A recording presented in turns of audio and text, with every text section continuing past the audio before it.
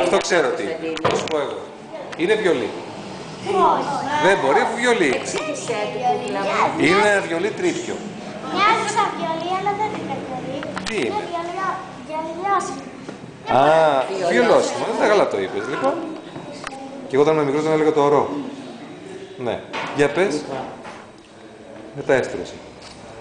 Αυτό είναι ένα βιολόσιμο. Ναι.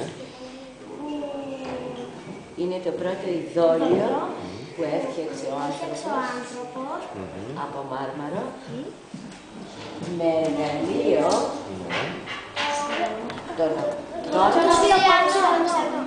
Πάγω να πεις. Ο ψιανός είναι παγωμένη λάβα από την εποχή των Παγετών και είναι από το νησί?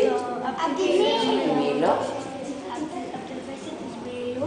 Και είναι το πρώτο Είναι το πρώτο εργαλείο του αρχαίου Κυκλαδίτη και το πρώτο του Ξηράφη. Έλα. Για να δοκιμάσουμε αυτή τη γένεια. Ο Στεφανόπουλος είπε να φέρω αφρό να ξυριστώ. Τι λες, παιδί? Ναι, είναι το πρώτο εργαλείο που είναι αυτό.